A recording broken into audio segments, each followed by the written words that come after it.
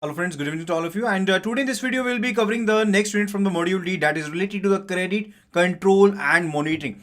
So please do confirm the audio video quality so that we could proceed. And further, if you're new to our channel, please do subscribe right now. And if you want to enroll into the course, do visit the website iibf.info that is listed above over there, and you can get the full course videos, chapter wise previous questions, case study videos, mock test, and complimentary access to the ePDF notes through our Android application. So do visit the website right now and further start preparing for the same. And on this occasion of Republic Day, we are having a great offer for you where you can get flat 80% off on all the listed courses over there. Flat 75% discount is already available, and over and above you'll be able to get extra 20% off using the coupon code Republic that is valid till tomorrow only. Okay, so do enroll right now and further start preparing for the same. So and further, let me tell you that if you want to join us on our WhatsApp group, you can do join the same. You have to WhatsApp us writing your name, mention CAIIB along with it, and WhatsApp it to the number 83609444207, and we will be adding you to the appropriate group over there. So audio video seems to be working fine. So let us start the session now. So it's related to credit control and monitoring. So let us take the case that you have basically sanctioned a loan. You have sanctioned a loan or CC limit to an organization or to a firm over there, so as to a borrower. And further, whether you have used the best of the practices, best of the policies, procedures, and there was excellent credit appraisal, documentation obtaintion, each and everything was in line. But still there can be a risk. There is a risk basically that is related to default in the advance itself, and that could be related to the deteriorating condition of the firm itself, and that could be related to the willful default by the firm or the organization itself. Okay, so credit monitoring is very much required. Credit control and monitoring is very much required, which is oftenly referred to as LRM, that is loan review mechanism over there. So whether we say it credit control and monitoring or we say it LRM, one and the same thing over there. And let me tell you that it is very much required so as to ensure that whatsoever the funds which have been disbursed by the bank, which have been sanctioned by the bank, they must be used for they must be basically put on for the intended use. There must be intended use related to the same. And further, this is basically very much required so as to ascertain that the business continues to run on the projected guidelines, or whatsoever the projection line that was given by the borrower itself, that must be followed and that must be adhered to. It should not be the case that the loan has been sanctioned and further after that there is no further monitoring of the loan or the control of the loan. So that is why control and monitoring is required. First reason is that we want to ensure that whatsoever the funds which have been sanctioned, they must be put on for the intended use. That is the first cause. And the second one, it is related to so as to ascertain that the business continues on the projected lines. There must be no deviation. And further, if there is deviation, in case it can be that there is some deviation, so you must be entering at an early stage and further you must be rectifying the same. Okay, so that is related to the second point over there. The third one, it is related to that the same already point I just said you did. If there is deterioration in the business that continues despite the appropriate action, so you have basically looking at the factor that there is deterioration in the project itself, the project is not adhered to the projected lines over there, you have basically taken the actions over there, but still you are not able to basically make it work. Okay, so in that particular case, the bank is to take harsh action. That is related to the bank can recall the loan, the bank can basically seize the security itself. So those are the avenues which are available in the bank itself. So that is why loan control and monitoring is required. And further, early detection is very much useful, and further if you have detected it at an earlier stage, definitely you can rescue from the same. Okay, further let's move further to the second point, that what are the tools over there for the credit monitoring or the loan review mechanism over there. So first of all, it is related to, definitely we can do check the conduct of the account. So whatsoever the loan accounts that the borrower is maintaining with you, whether it is a CC account or the term loan account or any other type of the account that the borrower is maintaining with you, definitely you can look into the conduct of the account, that how the account is being operated by the customer over there. That can be that can be basically checked by looking at the overdrawing, that whensoever the account was overdrawn means what, that if you have sanctioned the CC limit for rupees 5 crore and the drawn balance is almost always above than 5 crore, that is over and above the 5 crore over there. So in that case, what we can say, In that case, what we can say? We can say that the account is overdrawn. The second, it is related to return of request or bills. Return of request or bills. It may be the case that the negotiable instruments have been issued by the borrower, and further those have been returned or dishonored. It may be the case that there is delay in submission of the stock or receivable statements, because there is an obligation on the parties over there. If it is related to the terms and condition, there is an obligation. There is an obligation on the party over there that they are to submit the stock statements or the receivable statements. And if there is delay, that is basically related to deteriorating quality over there. It may be the case that the turnover of the project is not as per projected. So the projected turnover by the borrower was given to be around 2 crore rupees, but it is now only 1 crore, around 1 crore. So that is basically related to what? That is related to low turnover. It could be the case that transactions are being routed through some other account, because I already told you, whensoever a CC limit is sanctioned, there is an undertaking which is to be taken from the borrower itself, that the borrower will be routing all the transactions through the CC account only, or the current account only. Okay, and none of the account must be maintained with the other bank. That is an undertaking that has to be obtained. But still, it may be the case that the borrower is maintaining a current account with another bank, or is basically routing the transaction through some other bank. In that particular case, that is also related to, because the customer do not want to basically route the transactions through the CC account over there. He do not want to pay it. Okay, and for the delay in payment of interest or installment, that is basically a direct reason that you can check the deterioration quality of the asset itself. Further, invocation of the bank guarantee, etc., are some of the unsatisfactory feature. So that is basically related to, you must be looking into the conduct of the account itself, that how it is working, what is the exact position right now, and you can get an idea about it, that how the loan is basically working. That is, you can do monitor it. Okay, so in such cases where the account position is deteriorating, the banks can strengthen their monitoring. How it can be done? That is related to investigation, or we can say inspection. That is related to inspection, frequent inspection of the borrower's godown. You must be checking that the stocks are being maintained or not, or the stocks which are over there are not old stocks, or it shouldn't be the case that those are dumb stock over there that is basically being stored by the borrower over there. Further, ensuring that the sale proceeds are routed through the borrower's account maintained with the bank, very much required. And further, insisting on pledge instead of hypothecation. Pledge must be insisted upon in case there is deteriorating quality of the asset over there. That is related to what? In case of hypothecation, you are aware of that the possession as well as the ownership both remains with the borrower itself. But in the case of the pledge, the possession of the goods that remains with the lender itself. Okay, so that must be insisted upon in case there is deterioration quality of the loan itself. Then further, it is second point, that is how the banks can basically, what are the tools available for the LRM over there. The second point, it says periodic information submitted as per the terms of the advance. So whatsoever the terms and conditions which have been imposed to the borrower itself, the borrower must be having an obligation that he is to submit the statements at the periodic intervals. Those must be submitted. And if the borrower is not able to submit that, you must be looking into the point at why he is not able to submit the statements on the same periodicity. And further, you must be scrutinizing the statements so submitted by the borrower itself, because there is much information that you can infer from those statement itself. Okay, and you must be positively verifying, you must be positively establishing the statement facts itself. So if the borrower has mentioned that he is maintaining average stock of rupees 1 crore, you must be checking, there must be a surprise checking or a surprise inspection to that particular regard, that if he is maintaining that particular assets or not. Okay, so that must be done. And then it is related to detection of non-moving stocks and old receivables, very much required. I already told you that if you sanctioned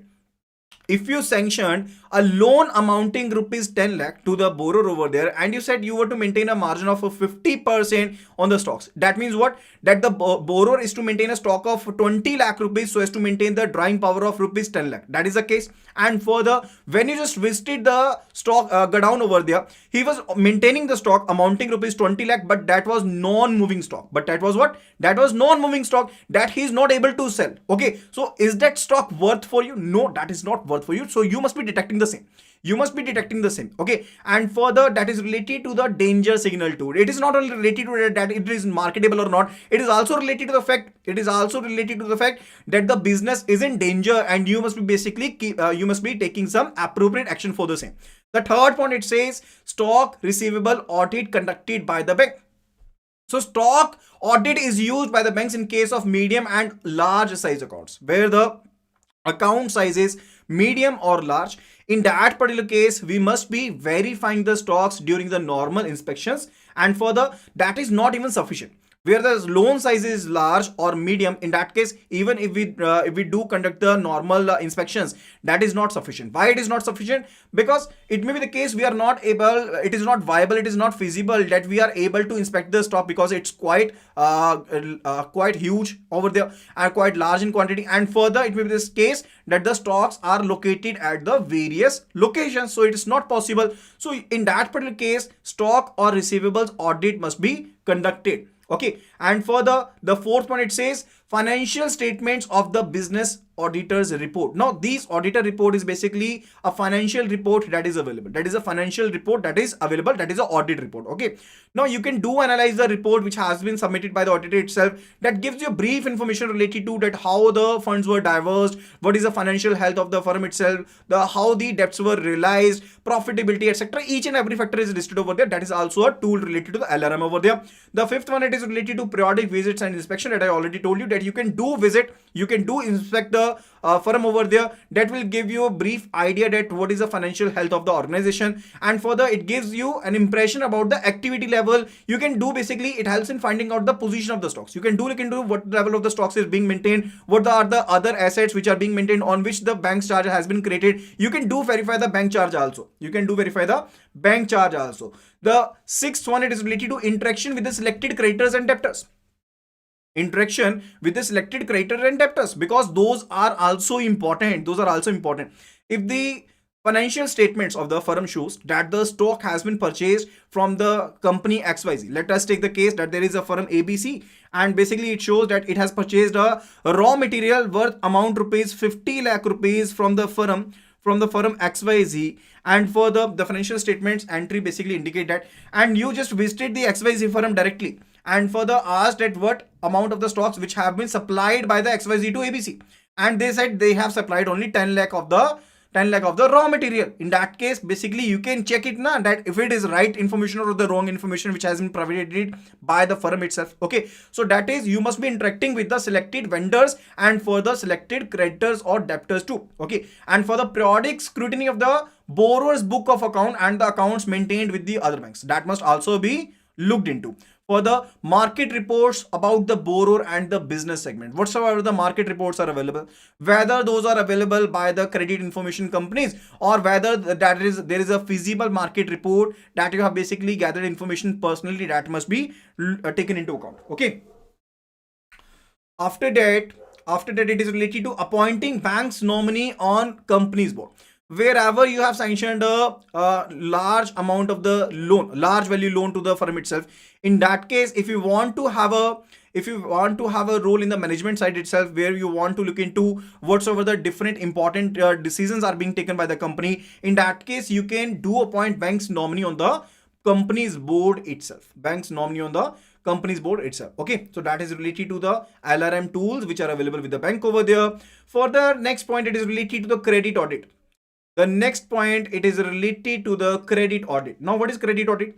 Credit audit is basically related to auditing the loan accounts. Auditing the loan accounts. Like inspection is being done in our banks now. That is basically the credit audit itself. That is a credit audit itself. So it is normally conducted by the internal staff which are having the adequate credit experience. Now the inspectors which are having the adequate credit experience, they do visit the branches and further they do look into the loan accounts which have been sanctioned. They do look into the loan accounts which have been renewed in the past times, and further they do check if the bank's loan processes have been complied with or not, if the rules and regulations, which are even statutory rules and regulations and the legal rules and regulations and the bank's rules and regulations regulations, those have been fulfilled or not. Okay, so that is basically related to, that's a part of the credit audit itself. Okay, so credit audit examines compliance with the extent sanctions and the post sanction processes. It's not only related to that if the rules and regulations while basically sanctioning the loan, those have been complied with, but also related to when the loan has been sanctioned, after the loan sanction, that is related to post sanction. How was the post sanction follow up? How was the control and monitoring? Was it adhered to by the branch head, by the credit department itself or not? So each bank is having their own policies and the procedures, and the organizations has basically have their own credit basically audit based upon that, because credit audit is basically related to, let me just give an idea. Here we are having an organization. Here we are having an organization. Now this organization is having its own rules and regulations, own policies and procedures over there. Now in that particular case, those policies and procedures are there because banks want to tap the risk as per their risk appetite. Now bank is basically dealing with the financial products, and also there is risk at every stage. It is not possible that we can mitigate the risk in full, but definitely we can reduce the risk to our appetite. We can reduce the risk. So for that particular purpose, there will be prudential limits which will be set up by the department itself, by the credit department itself. There will be basically different limits which have been set up for the same purpose, like scale 1 can sanction this particular amount of the loan only, scale 2 can sanction this particular amount of the loan, and further there would be exposure norms that you can sanction this particular amount to the maximum of the amount which can be sanctioned to the individual or the group borrowers. So these are the prudential guidelines which have been basically provided up by the bank itself, and also there are policies and procedures which must be adhered to whensoever the loans are being sanctioned. Okay, so those must be also looked into, because only forming and the rules and regulations is not sufficient. Also looking into the factor whether those are being basically complied with or not, that is also required, and that particular job is done by the credit audit itself. Okay, now let's move further. It says RBI suggests that there must be some guidelines, suggestions which have been given by the Reserve Bank of India, which are contained in the guidance note on the credit risk management. Let us have a look at it. First of all, it is related to what is the objective of the credit audit. I have basically discussed in detail, but let us have a look at the different points over there. First of all, we want to improve the quality of the credit portfolio. Now, what do you mean by credit portfolio? Now, if we have sanctioned one loan, that is related to the individual loan account. But if we look at the different loans collectively, that is basically related to what? That is related to the portfolio. So that is basically related to the portfolio, and by way of credit audit, we want to improve the quality of our loans. Because if there will be any loophole or if there will be any shortfall, definitely we can meet up with the same. And further, review sanction process. So how the loan was being sanctioned, is there any compliance with the loan itself, that is related to it, and also related to feedback on the regulatory compliance, that if they have followed the regulations or not. Independent review on the credit risk assessment, that if the credit risk assessment process has been adhered to. What is actually credit risk assessment? When a customer A visited your branch, he is basically having a CIBIL score of 500, and further he wants to take a car loan amounting rupees 10 lakh. He is having only 2 years ITRs. And further there is recent delinquency in his CIBIL report. Should you be sanctioning in the loan? Okay, but one of the managers has sanctioned the loan. In that case, it is basically related to has he complied with the credit risk assessment or not, and that must be done, because each and every loan collectively will be forming the portfolio itself. So if you are basically managing the loans at individual level, definitely you can basically improve the quality of the credit portfolio itself. Okay, and that is related to pick up the early warning signals. So if there was no monitoring of the loan itself, there was basically no post-sanction follow-up, in that particular case, that gives an idea that is an early warning signal, and that must be looked into so that we can follow the remedies.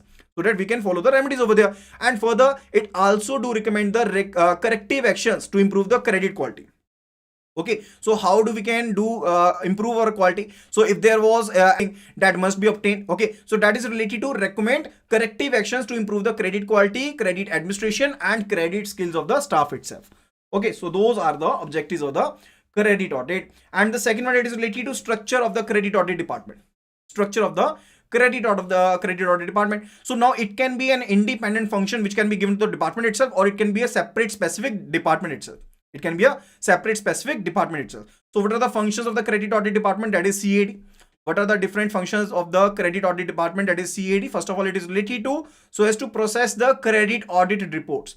So as to process the credit audit reports, whatsoever the credit audit reports which will be basically formed by the inspector itself, those will be submitted, and further those must be processed by the credit audit department, and further that is related to analyze the credit audit findings. So whatsoever the different findings that must be basically looked into, and that must be advised to the functionaries and the concerned departments over there.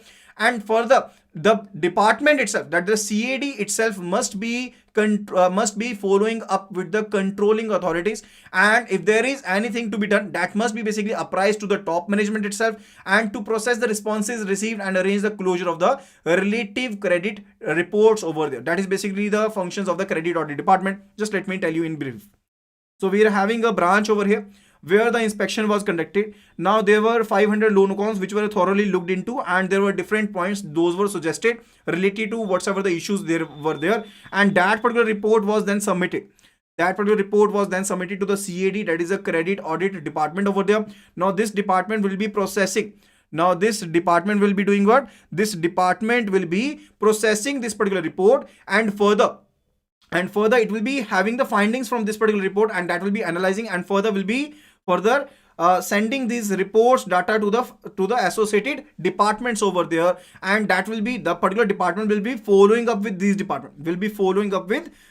departments over there. And also if there is something to be reported to the top management, that will be reported, and further the responses will be received from the branch itself, because in response of this credit audit report, there will be responses which will be received by the branch itself, and further if there is issue that can be dropped, those will be dropped, and further the credit audit report will be closed. Okay, so those are the functions which are performed by the credit audit department over there. Then it is related to scope and coverage. The focus of the credit audit needs to be broadened from account level to look at the overall portfolio. So it's not only considering the individual loans, but it is basically considering the bank as a whole on the portfolio level, that how the credit quality can be improved overall. And further, the different areas are related to portfolio review. So we must be examining the quality of the credit and investment portfolio and suggest which measures can be taken for the improvement purposes, and further so as to reduce the concentration in particular which areas for which particular industries, that can be basically significantly guided by the credit audit itself. And further there are the prudential guidelines which are basically advised by the Reserve Bank of India, and those must be adhered to also. Okay, the second one, it is related to loan review. So review of the loan sanction process, that how the loan was sanctioned, and what is the post follow-up process that was followed. That is followed. So all fresh proposals or proposal of renewal of limits within 3 to 6 months, those must be looked into. All existing limits with sanction limits equal to or above the cutoff depending upon the size of the activity, that must be looked into. For the randomly selected loans, those must be looked into. So it is basically related to that there will be a collectively data which is available with the inspector itself, which he must be going through and must be subjective to the current situations, subjective to the exposure limits over there, subjective to the concentration limits over there. There review of all the processes which are being followed over there, and there must be suggestions and recommendations which must be followed so as to improve the quality of the credit itself. Okay, then action points for review. Verify compliance of the bank's own policy. First of all, it is basically related to bank's own policy. We must be following the bank's own policy related to compliance. Those must be complied with. And further, examine adequacy of documentation, that the required documents have been obtained or not. Related to conduct the credit risk assessment. What is credit risk assessment, and actually what is credit rating actually? So let me tell you that there were different points. In case of retail banking, the process is standardized. In that particular case, related to some particular category, let us take the case that there is a rating sheet over which different categories were provided with. And as per that particular category, you just set the risk category of the customer. Likewise, first of all, it was given that the customer is self-employed or businessman or government employee. definitely if it is government employee, you can ascertain the EMIs. You can ascertain the EMIs because he will be receiving the monthly salary in that particular case. Okay, and also it was given that what is he permanent resident at particular stage over a particular place over there or not. Okay, so those are the different points which are given over there, and as per those criteria we can do ascertain the risk associated with that particular person or with that particular borrower over there. That is related to credit risk assessment. That is not only can be done in the case of the retail borrowers, but can also be done for the large value accounts. Okay, further, examine the conduct of the account. Examine the conduct of the account, that right now how the account is working, and further what is the follow-up. What is the follow-up looked up by the functionary itself? If the installments were not deposited by the borrower, what was the follow-up which was followed up by the bank itself, by the bank branch itself? Oversee action taken by functionaries in respect of serious irregularity. So if there was serious irregularity, what were the different steps what were the actions which were taken by the functionaries itself? And further, detect early warning signal. If there is going to be a slippage in the account, and further you're able to find it out, it is basically related to what? It is an early warning signal, and in that particular case the department must be suggesting what would be the remedial measures for the same. Is that clear? Those are the action point for reviews over there. And further, what should be the frequency of review? Now it is basically, it can be dependent upon the risk associated with it. Now if it is high risky, in that particular case you can do the review after a quarter itself. If it is medium risk associated with it, you can do review in 6 months. If it is low risk associated with it, you can even review it after 1 year. That is basically what is the frequency of review. That depends upon the risk magnitude associated with the same. Okay. Then it is the case of the procedures to be followed for credit audit.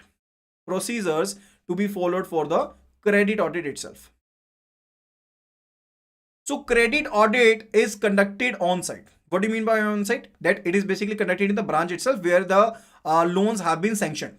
Okay, and for the report on conduct of accounts of allocated limits are called from the corresponding branches. So whatsoever the conduct of the account is over there, that must be looked into. What are the different allocated limits over there, that must be looked into. Okay, so credit auditors are not required to visit the borrower's factory or office premises if not required. They can do check the security if it has been created. They can do make it sure that the end use of the funds has been done or not. So that can be basically vary from the policies to policies and the procedures as per the bank's laid guidelines, but it is not actually required.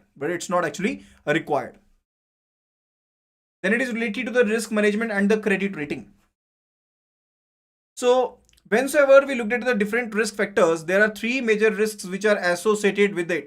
What are these 3 risks as per the Basel 3 over there? Operational risk, market risk, and the credit risk.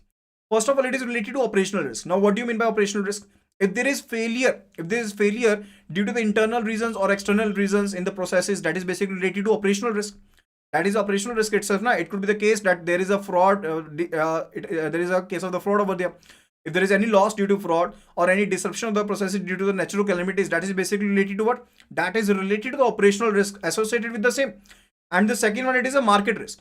Now what do you mean by market risk? Now if there is basically adverse movement of the interest rate prices, if there is adverse movements of the interest rate fluctuations, we can say, or the exchange rate fluctuations are there, due to which the margin, net interest margin or net income of the bank is now reduced. That is basically the market risk associated with it. Okay, and the third one, it is a credit risk. Now what do you mean by credit risk? Also said to be the default risk. When you have basically lent the amount and further it is now not repaid. That is basically related to what? That is related to the credit risk. That is said to be the credit risk associated. Is that clear? Is that particular part clear over here? Okay, so 3 main risks are there. One, it is operational risk. That is basically, it may be the case of fraud or natural calamities. Market risk due to adverse movements of the interest rate or the exchange rates over there. Third, it is the credit risk, which is due to the default by the borrower itself. The default can be willful default or it can be unintentional fraud over there. So in case of a fund-based limit, the credit risk is basically related to what? Where the fund-based limit is basically related to what? Fund-based limit is a limit where the loan has been sanctioned and there was direct outlay of the funds. There was direct outlay of the funds. That is said to be the fund-based limit over there. And that would be basically related to that there is no repayment of the principal or interest by the borrower. There will be no repayment of the principal and interest by the borrower itself as per the agreed terms of the repayment. So whatsoever the repayment schedule over there and the borrower has not paid the amount as per the schedule. That is basically the credit default in case of the fund-based limit. And in case of non-fund-based limit, let's take the case that there are party B to whom a bank guarantee has been sanctioned in favor of person A. So bank XYZ over here has sanctioned a bank guarantee in name of person A because basically person B applied for the bank guarantee. Okay. Now person B was having a financial obligation that he is to repay the amount to person A over here. That he is to repay the amount over A over here. But he defaulted in the same. And for the same purpose, the bank has extended the guarantee. Now in that particular case, the bank will be having an obligation so as to pay the amount to person A over there. Now person P has paid the amount. Now the person A has XYZ bank over here has paid the amount to person A over here. Okay, and further there is now repayment is to be there is an obligation on the person B now so as to repay the amount to the XYZ over there, because XYZ has paid the amount to A over here where the B has previously defaulted, and B is now having the obligation so as to pay the amount to XYZ over there, but he is not paying the same. That is basically related to what? That is the case of the credit risk in case of the non-fund based limit. Okay. Now let us have a look at the factors affecting the credit risk. There can be the external factors and there can be the internal factors. External factors are basically related to what? These factors affect the business of the customer itself. Likewise, you extended a loan, XYZ bank over here extended a loan to person A over here, and that particular customer over here was having the business related to furniture. But now there was a serious impact on the business of the person itself. There was some government policy changes or something like that. Okay. Now due to which there is a serious impact on the business of the person over here. Now due to which there is impact on the repayment schedule by customer to the bank over there. Those are basically related to what? Those are related to the external factors, where the external factors over there has impacted the customers, which has basically reduce the repaying capacity of the borrower itself. Okay, that is basically what? That is a related to the external factor. The main external factors affecting the overall quality and the credit portfolio, those are related to interest rate and the exchange rate fluctuations. It could be related to government policies. It could be related to the protectionist policies of the other countries, political risks over there. So those are the external factors. Now let me give an example, more example related to it. Let us take the case that a letter of credit was opened.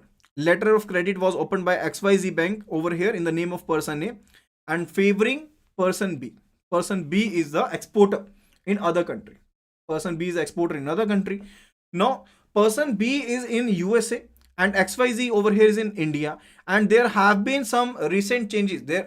We are just assuming that there were some recent changes in the policies by the country USA over there, in which they were having the protectionist policies.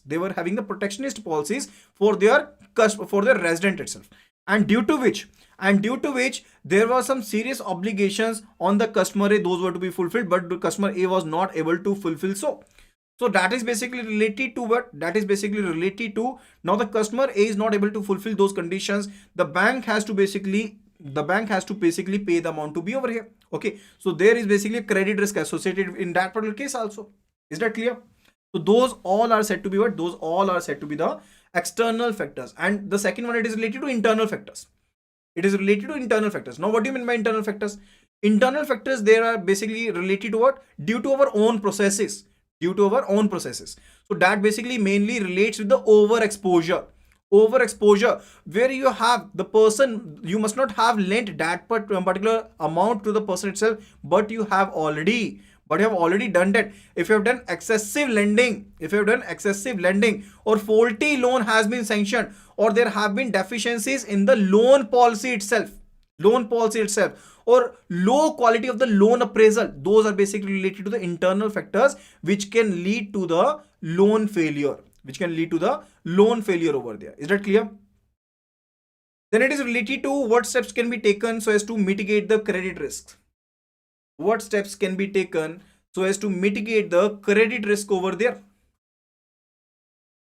So major objective of the credit risk management is to what is actually the credit risk management? That it's not possible that we can mitigate the credit risk. Credit risk. It's not possible that we'll be having zero risk with us. Okay, there will always be some risk. So it is just related to we want to reduce the risk up to the amount where we are having the appetite, where it is related to the acceptable limits only. Okay, so that is related to it. So at macro level and at the micro level.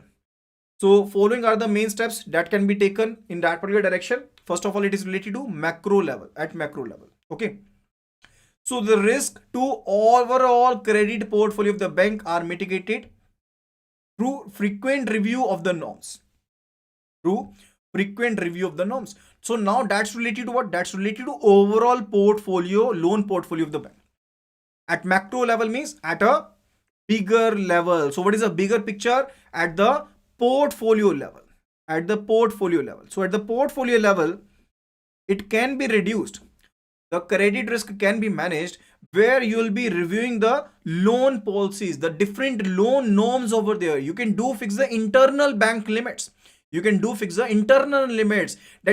fix the concentration, that what maximum amount can be sanctioned to this particular industry. Okay, so that can be fixed. You can fix the individual loan amounts. You can fix the hierarchical limits over there, that the scale 1 can sanction maximum up to this amount, scale 2 can sanction up to this amount. So that is basically related to what? That is basically related to at the macro level, that at a whole loan portfolio level, we want to make some changes so as to basically reduce the risk in our acceptable limits. Okay, banks can also periodically review the loan policies related to the exposure norms. Now exposure norm structure has been basically specified by the Reserve Bank of India itself, related to individual person or group persons over there. So in that particular case, if bank want to implement some stringent conditions, that can be done. So banks also formulate policies related to rehabilitation, compromise, recovery, write-off. Okay, so as to basically get the best out of the worst case scenario. Now, what do you mean by worst case scenario? So there was a loan that was sanctioned. Amounting rupees 5 lakh. And further, it's NPA for the last 6 years. You have made all the attempts so as to recover the loan amount, but you're not able to do so. And further, the bank can basically have their own policies related to what? Let us take the case that the bank was having an OTS. Now what is OTS? OTS was one-time settlement. OTS is basically over here related to what? It is related to one-time settlement, that a lump sum amount will be paid by the borrower and the account will be settled in one go. That is basically related to that we want to get the best out of the worst case scenario. Now, what is a worst case scenario? Where the bank is not able to recover the amounts even after all the checks. That's basically the case, and the bank can form the policies for the same, and that is on the macro level itself. Okay, and further at micro level, what do you mean by micro level? Micro level means whenever you are going to sanction the one loan, or you are basically following up one single individual loan itself. That is a micro level. That is related to whatsoever the appraisal standards, procedures, processes, those are to be followed. You can make them stringent. You can make them even more stringent so as to basically increase the quality of the loan itself. So if you basically say that if the CIBIL score is below 690, that is not acceptable, definitely the loan quality will improve. If you say that you will accept only and only liquid securities, definitely the loan quality will improve, but also you will be basically losing some of the competitive edge. Okay, and for that particular purpose, the credit ratings and credit scoring, they do play a very, very crucial role. They do play a very crucial role. And further, for dispersion or transfer of risk in large value accounts, bank can resort to consortium or multiple banking loans. Okay, what is actually that related to? That's related to, let us take the case that you were having an offer with you so as to sanction a loan amount of 2000 crores. So as to sanction a loan of 2000 crores. Okay, now 2000 crore for your bank is quite a big amount so as to sanction. So you can basically go for what? You can basically go for the consortium lending. Will be not lending 2000 crores, you will be lending a part out of it, and the rest of the amount will be basically sanctioned by the other banks. Now in that particular manner, you basically diversified your risk. Okay, so that is basically the steps which can be taken at the micro level. The next point that we are going to cover over here, that is a credit rating. Now what do you mean by credit rating? Now there is a risk associated with the individual party itself, we can say counterparty.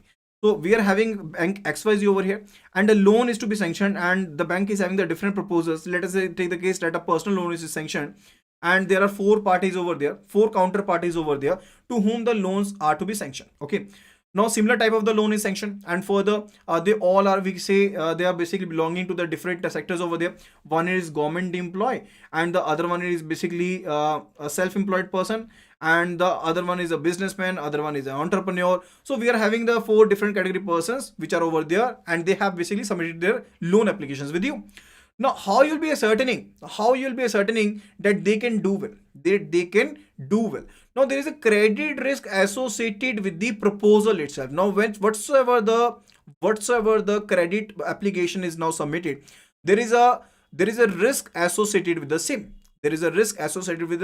Now how you'll be identifying that which basically proposal is more riskier and which proposal is less riskier? So credit rating is a way by which on a common scale we do rate the counterparties.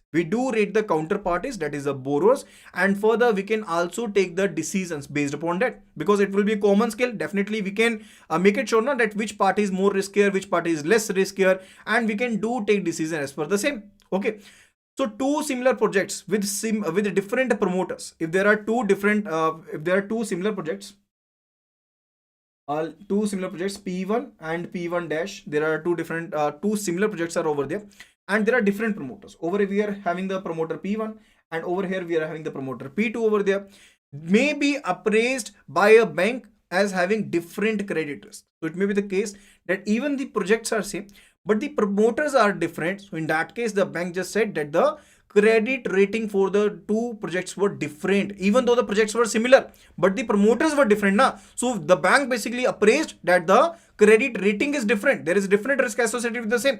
And similarly, two different projects with the same products, let us take the case that there are different projects. There is a project 1 and project 2, but the promoter is same. Promoter is P1 in both the cases. Even in that particular case also, they can be having the different risk associated with the same.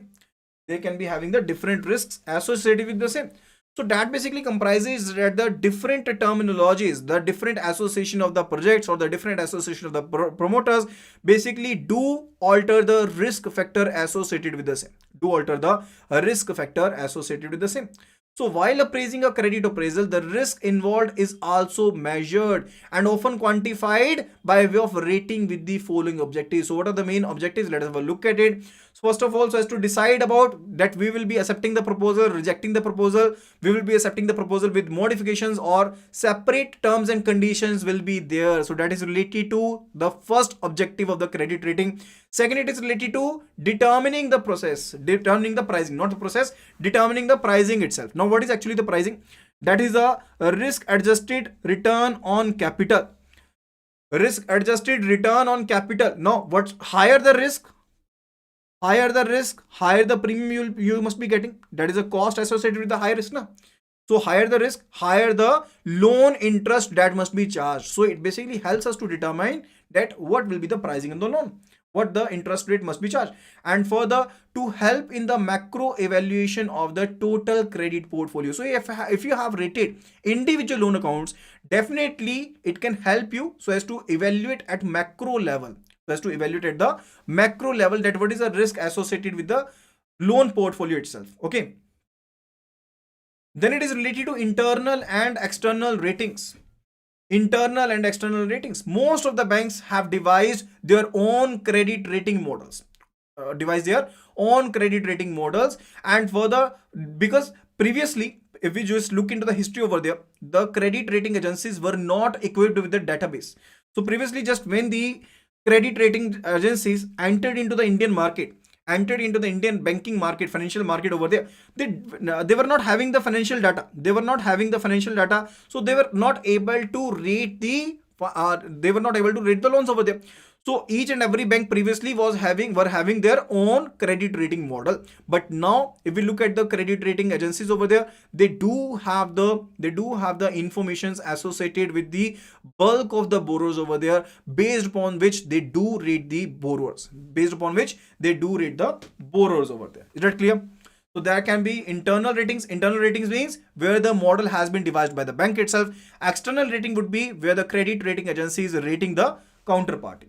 Okay, like CAIIB, ICRA, CRISIL, SMIRA. So there are the different rating agencies which are available over there. Further, what is the methodology for credit rating? What is the methodology of credit rating? So based on the loan policies, risk perception, bank is having their own credit rating model.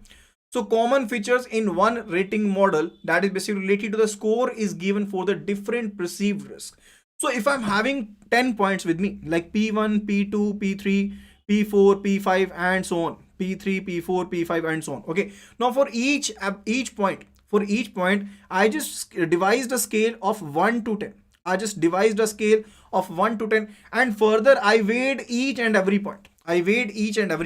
So if I say that if P1 point is having 5 marks, in that case there will be a overall weightage of 20%.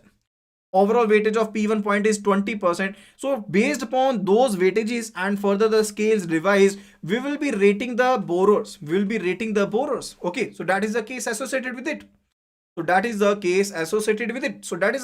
common funda. That is a common feature in all the risk models, that score is given for the different perceived risks. Over there. So normally the broader categories of risk which are having the score, which are scored over there, that is basically related to promoters or management aspects. And the securities is so available. Second, it is related to the financial aspects. Based on analysis of the financial statements. Third one, it is related to the risks associated with the business or the project. First one, the management concept. Second one, the financial concept. The third one, it is a business risk concept itself. So based upon that, these are the categories of the risk areas which are over there, which are scored, and as per that, the credit rating is being done. Okay. Then further, it is related to the use of credit derivatives for the risk management. Now, what do you mean by credit derivative? First of all, we will be basically defining the term derivative. Now, what is derivative? Derivative is basically a product or an asset, we can say, which is not having any value of its own, but its value is derived from the underlying asset. Itself. Now, why do we want to inherit the credit derivatives? Because there is a risk associated with the loan component itself. And further, we want to mitigate the risk. We want to basically safeguard ourselves. That is technically said to be what? Hedging the risk.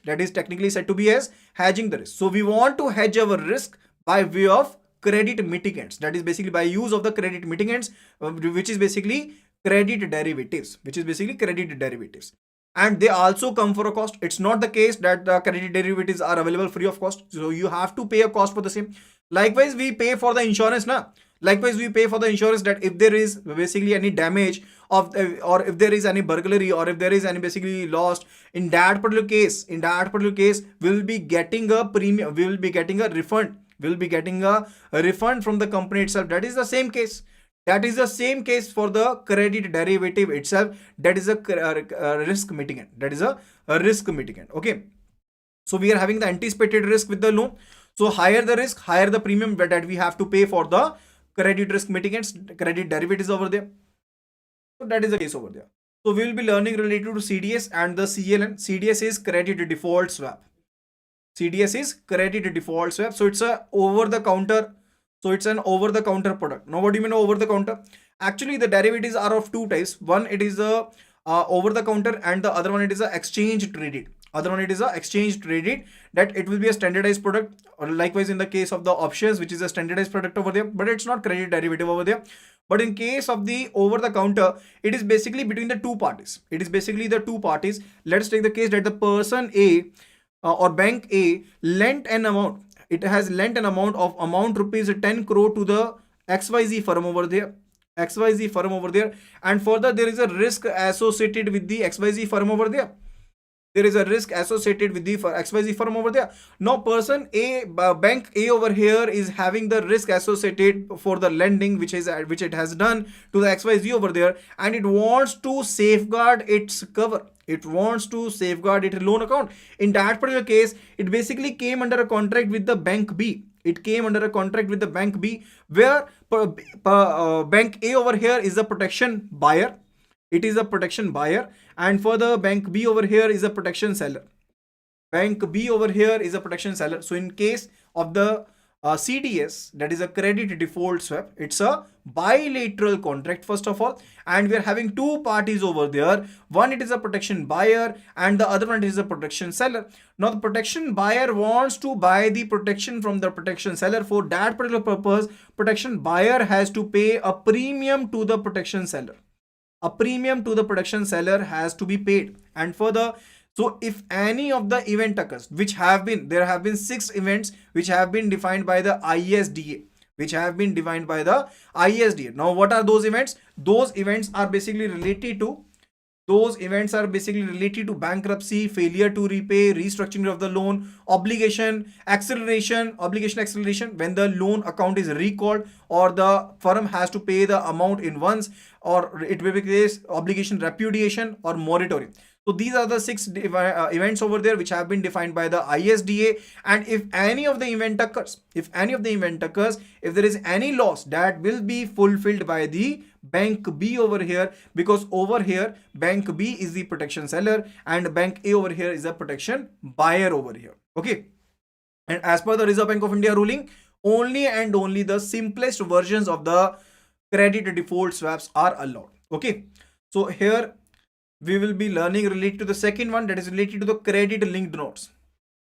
The second one we are having over here, that is a credit linked notes. In case of the credit linked notes, let me tell you that what will be the scenario. So over here, the bank is having the loans. The bank A is having the loans, and it is having a risk associated with the loans. So we can say here is a loan portfolio with which the risk is associated.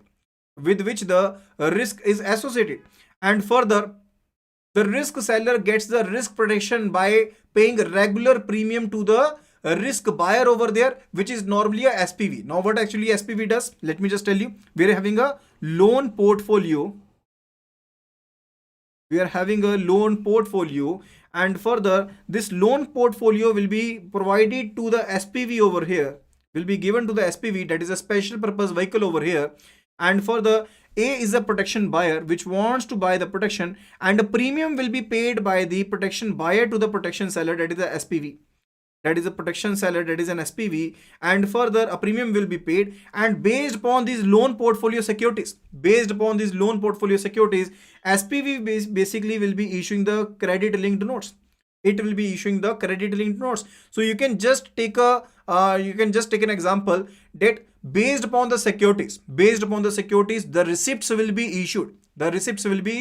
Because these receipts will be basically collateralized on for this loan securities. Okay, so over here the security receipts which are said to be the credit linked notes,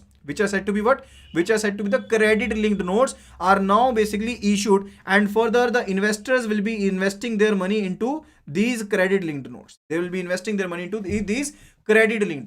So these notes are purchased by the general investors, and the money received from them is used by the SPV to buy high quality securities.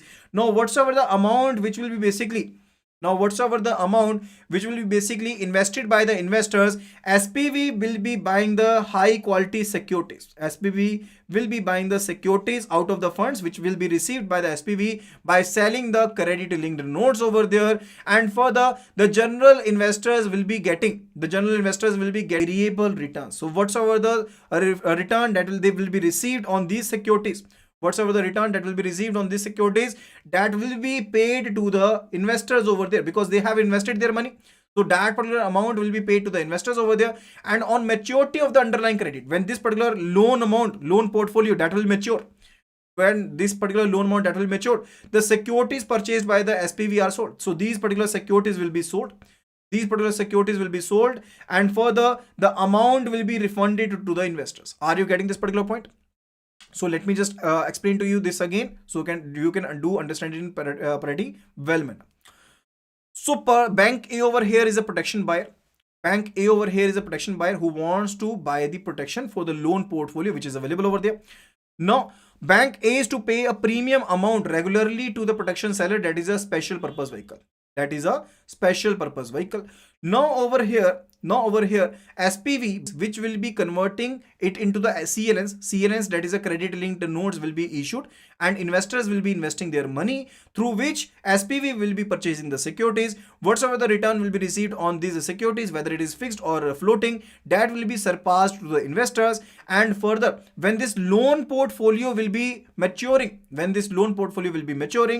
these securities will be sold and the amount will be paid to the investors. Let us take the case that 1 lakh rupees was invested by an investor over here, and he is receiving rupees 1000 per year. And further, when the credit loan will be matured, when the credit portfolio will be maturing, he will be receiving his rupees 1 lakh back. Okay, so that is a safe case over here. That is a safer side when nothing happened. Over there. But in case there is a default,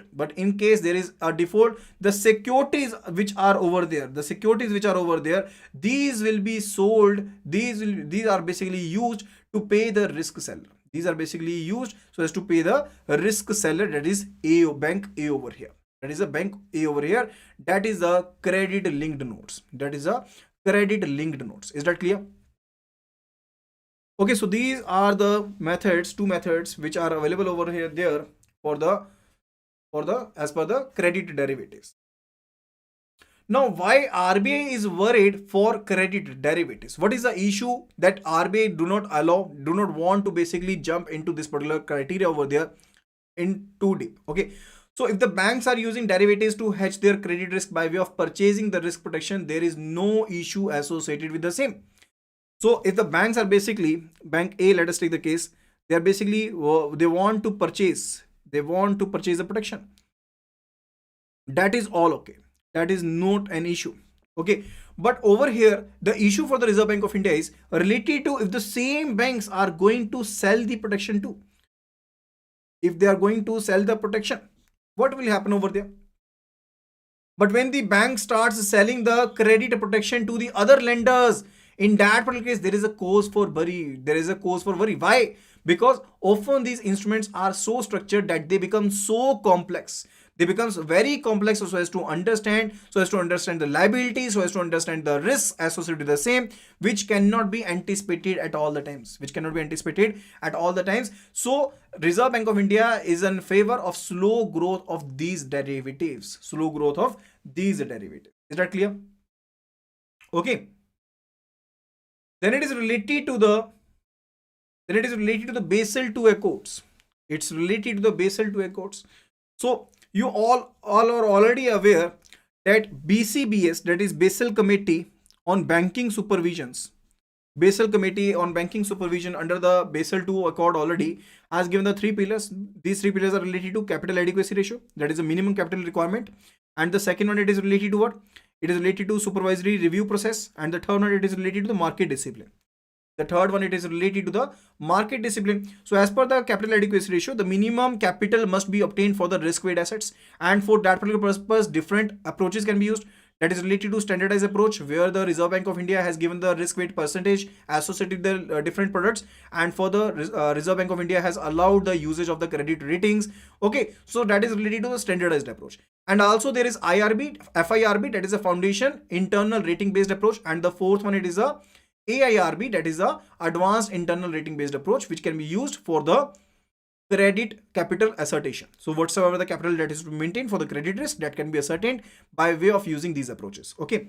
And the next part, because that is basically much more than sufficient, which we must be covering for the ABM scope. The next that is related to the CIC, that is a credit information company. CIC, that is a credit information company. So what is CIC actually? CIC is a company which do collects the information which is basically disseminated by its members. Let us take the case, we are having a CIC, that is a credit information company XYZ over here. And further, the different member banks are A, B, C, D, E. These are the different member banks over there. And A, B, C, D, E will be maintaining the borrowing accounts of the different borrowers over there. And they will be having an agreement with the CIC over here there that they will be sharing the information related to those borrowers with the XYZ company. And further, whensoever a report is drawn, let us take the case, the E wants to sanction a loan to party PQR. A loan is to be sanctioned to party PQR over here. Now E will be basically drawing a report from the XYZ by paying a fees, and further after that the report will be drawn, and this particular information will be taken from all the member banks over there. And as per the Reserve Bank of India, it is required by all the banks. It is mandatory for all the banks that they must be having the membership of at least 2 CICs. Okay, of at least 2 CICs. So in that particular case, the information is basically, there is a database which is basically being maintained by the XYZ over there, where the member banks are continuously sharing the information related to the borrowing accounts of their borrowers. And further, whensoever a report is drawn, XYZ through that particular database, because XYZ, that is a CIC, that is a basically credit information company, that is basically receiving the information from the member banks, processing it, analyzing it, and further reporting it in a readable manner. It basically provides a particular information related to that particular company, from where it can do infer, from where the banks can do infer related to the counterparties over there, and further can reach up some decision over there. Okay. So based on the data of the companies, a credit information company prepares a company credit report. Now company credit report is basically prepared. A credit score and a credit information report about the borrower helps the lender so as to decide that whether to grant a loan to the borrower or not. Okay. So actually, let me just give an example that if we talk about the CAIIB, over there, in that particular CAIIB, it does not have any data of its own now. So it basically collects the data from the member banks. From the member banks, it does collect the data. And whensoever we draw a report, it basically let us know about the borrower. It basically let us know about the borrower, because it is basically maintaining the data from all the banks over there. So we'll be getting to know that where the borrower has previously taken the loans, and further how the loans are going on. So we can get all the data from over there. Okay. So credit information companies are also known as the credit bureau in India. These are also known as a credit bureau in India, and they are licensed to work in the country under the Credit Information Companies Regulation Act 2005 by the Reserve Bank of India. Okay. As per the direction of the Reserve Bank of India, these CICs which maintain the credit reports of the individuals are to provide the credit information report and the credit score of the individuals free of cost once in a year. So once in a year, free credit report must be given to the individuals over there. So the different credit information companies which are over there, CIBIL, Equifax, Experian, CRF. So these are the different CICs which are available. Okay. So that would be all related to this particular unit, that is related to the credit monitoring and control.